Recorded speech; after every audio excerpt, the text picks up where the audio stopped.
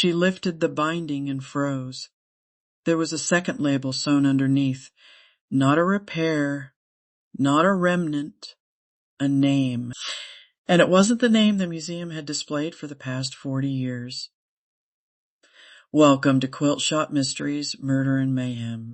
I'm Donna G. Smith, and this is case file number 002, The Hidden Label. That discovery changed everything.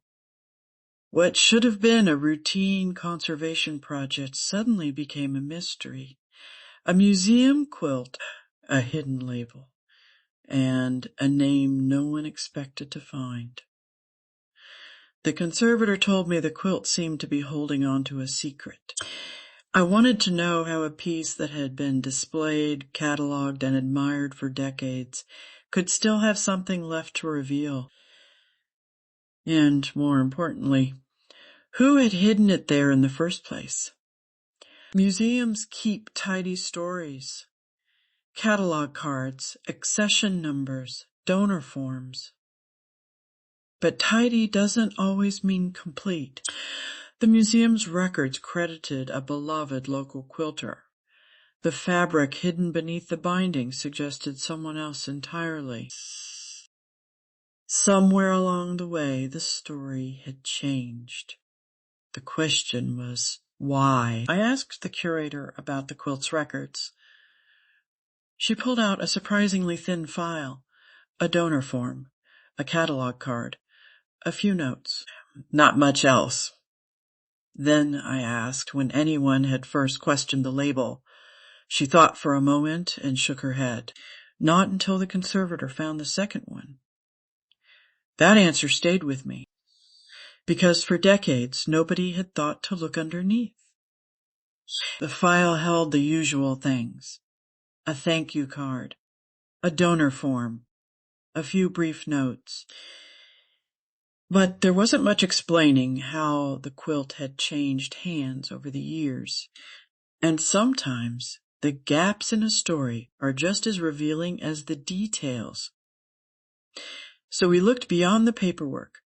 We looked at the quilt itself. Because fabric remembers things people forget. Textile forensics is simply the art of paying attention.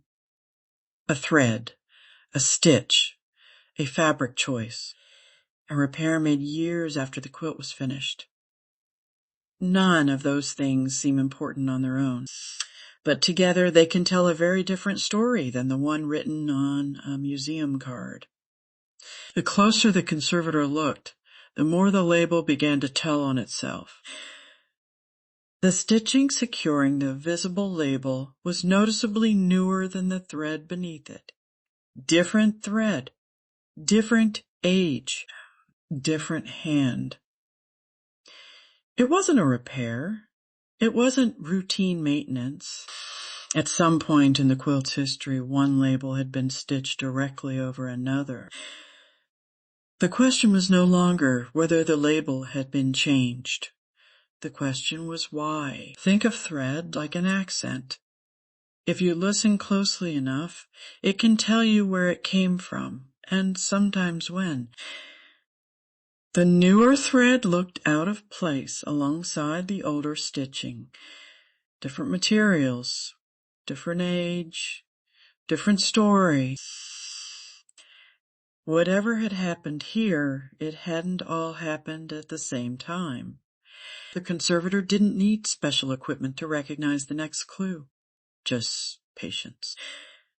Along the edge of the label, faint traces of earlier stitching were still visible, enough to suggest that another name had once occupied that space. The evidence was becoming harder to dismiss. Someone had changed the story. The question was who and why. The next clue came from an unexpected source. The town's retired clerk. Marilyn treated old ledgers the way some people treat family photo albums. Carefully, respectfully, as if every page might contain a story worth remembering. She flipped through a worn volume filled with neat handwriting and decades of local history. Then she stopped. There it was, One simple entry. 1976, textile donation, initials GS handed to museum. That was all. No explanation. No accompanying letter. Just a single line connecting the quilt to a name that didn't match the museum's records. That was all. One brief ledger entry. Nothing more. The quilt had arrived. But the record didn't explain why the public label told a different story. I showed a photograph of the stitching to Sarah, a descendant of the woman credited on the museum label. That was Grandma's curl. There was no hesitation in her voice, no uncertainty, just immediate recognition.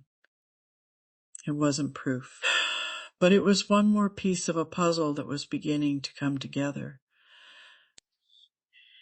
Taken individually, none of the clues told the whole story, but together they painted a picture, a hidden label, an older name, a forgotten ledger entry, and a family member who recognized a stitch as easily as another person might recognize a signature.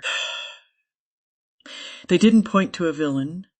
They pointed to people making decisions, people protecting memories, people shaping how a story would be remembered.